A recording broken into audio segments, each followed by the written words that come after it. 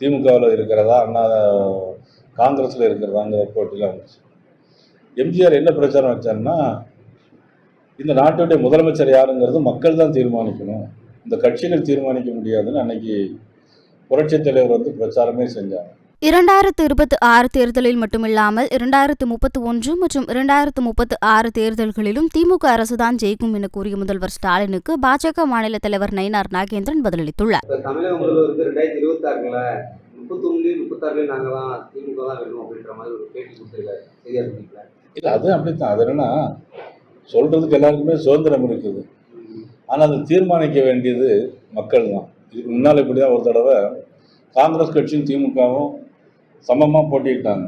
அப்போ போட்டியிடும்போது என்ன சொன்னாங்கன்னா, யார் முதலமைச்சர் அப்படிங்கிறதுல அதில் ஒரு அவங்களுக்கு போட்டி இருந்துச்சு.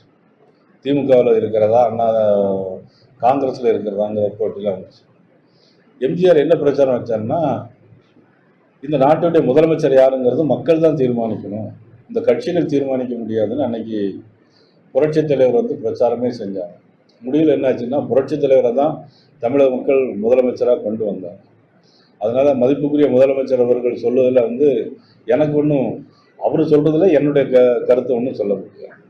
செல்லூராஜ் கருத்து நீங்கள் கேட்டிருப்பீங்க. ராணுவ வீரர்கள் முன்னாள் ராணுவ அது கண்டனம் தெரிவிச்சிருக்காங்க, எதுவும் தெரிவிச்சிருக்காங்க. எப்படி பாருங்க, ராணுவ வீரர் போரில் எதுவும் செயல்படாத மாதிரி செல்லூராஜ் சொல்லியிருக்காங்க. அதாவது இன்னைக்கு இந்தியாவை பாதுகாக்கிறது நம்ம இராணுவம். அவர்களை நம்ம எந்த விதத்திலையும் குறை சொல்லுங்கிறது கூடாது. செல்லூராஜ் சொன்னது என்ன, அது நீங்கள் தான் பார்த்துக்கணும். பொதுத் தேர்வு ரிசல்ட், நீங்கள் 10th பொதுத் தேர்வு ரிசல்ட் வந்துட்டு அது முடிஞ்சளவுக்கு தமிழகத்தில் அனைத்துமான இருக்கா? இல்லை, அதாவது பரீட்சை எழுதி வெற்றி பெற்றவர்கள் இது, அது சம்பந்தமான கேள்வி. இதில் போதுமானதா இல்லையாங்கிறது எப்படி நம்ம சொல்ல முடியும்? பரீட்சை எழுதியிருக்காங்க, அதிக மதிப்பெண் பெற்றால் வெற்றி பெற்றிருப்பாங்க. இதுக்கு நம்ம என்ன பதில் சொல்ல முடியுது? 5 நாள் பயணம் மிக சிறப்பாக இருந்துச்சு, எழுச்சியாக இருந்தது. அதே நேரத்தில் மக்களை சந்திக்கக்கூடிய வாய்ப்பு எனக்கு கிடைச்சது. அதனால மக்கள் இந்த திராவிட மாடல் ஆட்சிக்கு எந்த அளவுக்கு ஆதரவு தராங்கிறது நீலகிரி மாவட்டத்தில் இருக்கிற மக்கள் மட்டும் இல்லை, இங்கே சுற்றுலா பயணிகளாக வரக்கூடிய மக்களும் அந்த எழுச்சியை, அந்த ஆதரவை வெளிப்படுத்தினப்போ ரொம்ப மகிழ்ச்சியாக இருந்தது. மலர் கண்காட்சி எப்படி இருந்துச்சு சார் இந்த வருஷம்? ஏன்னா 2வது முறையா நீங்க கொஞ்சம் தொடங்கி வச்சிருக்கீங்க.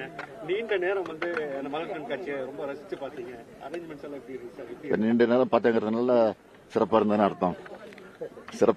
ரொம்ப சிறப்பாக இருந்தது. எதிர்பார்த்த விட நல்லா இருந்துச்சு.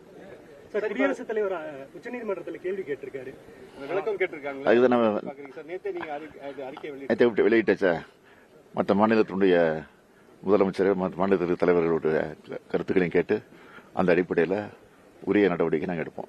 மத்திய அரசு சர்வாதிகாரத்தை கடைபிடிக்கிறாங்க சார்? இப்போ இல்லை, தொடர்ந்து அதான் கடைபிடிச்சிட்டு இருக்காங்க, தொடர்ந்து தான் பண்ணிட்டு இருக்காங்க. சார், ப. சிதம்பரம் இந்தியா கூட்டணி வீக்கா இருக்குன்னு சொல்லி என்னங்க? ப. சிதம்பரம் அது அவருடைய கருத்து. 2026 மட்டும் இல்லை, 2031, அதுக்கப்புறம் வர 36 எல்லாமே திராவிட முன்னேற்ற ஆட்சி தான், திராவிட மாடல் ஆட்சி தான் தமிழ்நாட்டில் நிலைச்சு நிற்கும். நீலகிரி மாவட்டத்தில் இருக்க விளையாட்டு மைதானங்களால் மேம்படுத்தணுன்ற கோரிக்கை இருக்கு. குறிப்பாக நீலகிரி மாவட்டத்தில் ஹாக்கி விளையாடுறவங்க நிறைய பேர் இருக்காங்க சார். இப்போ குன்னூர்லாம் இருக்க ஹாக்கி கிரவுண்ட் எல்லாம் முறையா நிறைய கோரிக்கை வச்சிருக்காங்க, மேம்படுத்தி தரணும்னு சொல்லி. ஏற்கனவே விளையாட்டுத்துறை அமைச்சர் அந்த கோரிக்கைலாம் வச்சிருக்காங்க, அது பரிசீலனையில் இருக்கு, அதெல்லாம் நிச்சயமா நிறைவேற்றப்படும். நன்றி சார்.